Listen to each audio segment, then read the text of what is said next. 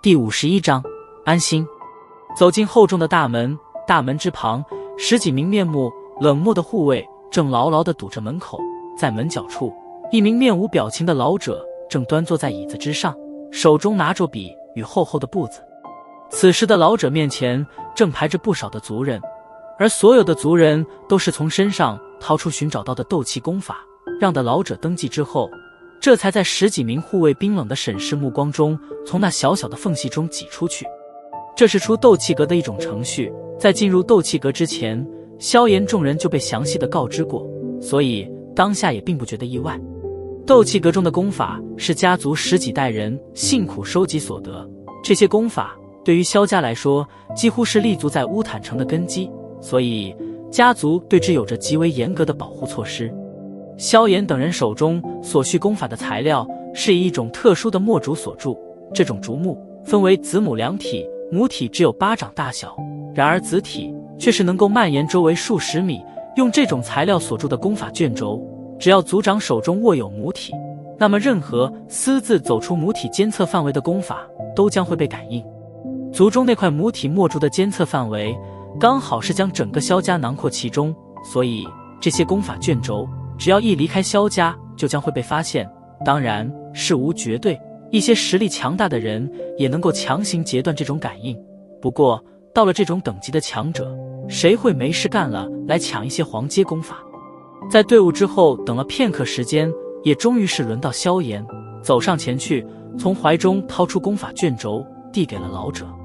一手接过萧炎递过来的暗红色卷轴，老者微微一愣，目光打量了一下萧炎，心头嘀咕道，这炼火焚的防御罩似乎足足有9段斗之气的强度吧，这小家伙竟然能够得到，果然有些底子呢。将功法登记了之后，老者将之返回给了萧炎，淡淡的提醒道，想必规矩你也知道吧，功法不能带出家族，否则将会有重罚，1年之后将斗气功法回交，不得有所损伤。随意的点了点头，萧炎侧身一旁，斜靠着大门，等待着薰儿的登记。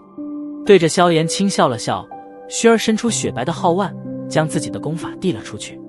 见到站在面前的薰儿，面无表情的老者脸庞竟然罕见地露出一抹略微有些恭敬的笑意，双手接过功法卷轴，快速地进行了登记。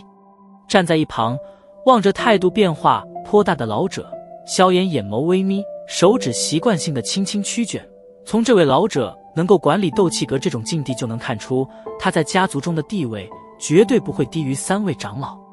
萧炎也听说过老者在家族中的名头，冷面人萧汉，这老家伙就算是自己的父亲，说起话来也从不会给半点脸面，一张冷冰冰的老脸，犹如肌肉已经僵化一般。然而这位连族长都不会放在眼中的冷面人，却是在薰儿面前如此恭敬，这实在是让萧炎心中对薰儿的身份再次多了几分好奇。摸了摸鼻子，想起薰儿每次提及身份时的沉默，萧炎又只得无奈地摇了摇头，抬头望着小脸带着笑意行过来的薰儿，耸了耸肩，两人一起挤出了大门。出了拥挤的大门，萧炎重重地呼吸了几口新鲜空气，斗气阁中的空气实在太沉闷了。怎么样，妍儿？瞧得萧炎两人出来，一道人影缓缓地踱了过来，目光望着大门内，口中却是笑着低声问道。偏头望着微笑的父亲，萧炎笑着点了点头，袖袍下露出一截暗红色的卷轴，轻笑道，搞定了。见到那抹暗红色，萧战这才松了一口气，笑眯着眼睛低声道，到手就好啊。与萧炎对视了一眼，父子俩同时发出得意的笑声，伸出宽大的手掌拍了拍萧炎的肩膀。萧战笑道，如今功法已到手，等你成为斗者之后，就能真正的修炼斗气了。萧炎含笑点头，袖袍中的手掌摸着卷轴，眼睛微眯，心头却是轻声呢喃道，哎，不知道老师所说的那功法究竟有何特异之处？哼，能够进化的功法真的存在吗？比天阶功法还诡异。想起那日曜老所放的狂妄之话，萧炎有些苦笑地摇了摇头。他现在所见过最顶尖的功法，便是先前薰儿拿出来的那玄阶高级的弄颜诀了。说实在的，在他拒绝的那一刻，心中还真是挣扎了片刻，毕竟这种等级的功法可是可遇而不可求啊。首长揉了揉额头，他现在忽然有点后悔拒绝萱儿的好意了。不过现在话也已经放出去了，他可没脸再开嘴讨要了，所以当下也只得在心中祈祷着，要老不是在耍自己的乌龙，不然这脸可就丢大了。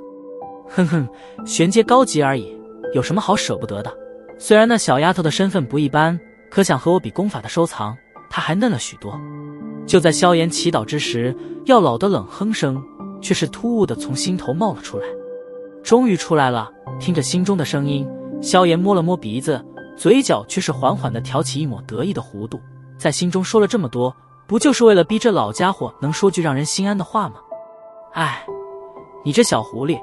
竟然算计我！在萧炎念头响起之时，药老这才有所察觉，哭笑不得叹了一口气，无奈的道：小家伙，安心修炼吧，功法的问题不用你操心，